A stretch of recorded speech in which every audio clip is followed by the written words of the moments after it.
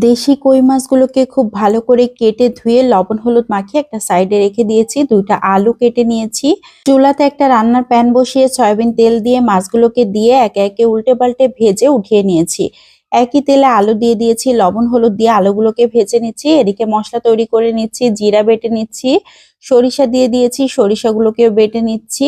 এখন নিয়ে নিয়েছি বেশ কয়েকটা কাঁচামরিচ, কাঁচামরিচগুলোকেও বেটে নিচ্ছি। রসুন দিয়ে দিয়েছি 2 কোয়া, রসুনগুলোকে বেটে নিচ্ছি, পেঁয়াজ বেটে নিচ্ছি। খুব বেশি মিহি করে বাটি নাই, একটু থেতো করে বেটে নিয়েছি। এখন আলুর মধ্যে দিয়ে খুব ভালো করে নেড়েচেড়ে এখন দিয়ে দিচ্ছি সিম। সিমগুলোকে দেবার পর খুব ভালো করে নেড়েচেড়ে সামান্য পানি দিয়ে কষিয়ে নিয়েছি। এখন ঝোলের পানি দিয়ে দিচ্ছি। শীতের এই সবজিগুলো এভাবে রান্না করলে অনেক বেশি মজার হয়। মাছগুলোকে দিয়ে দিয়েছি, বেশ কিছুক্ষণ জাল করে নিয়েছি। এখন দিয়ে দিচ্ছি ধনিয়া পাতা কুচি। আবারও জাল করে তরকারি একদম রেডি হয়ে গিয়েছে। দারুণ টেস্টি।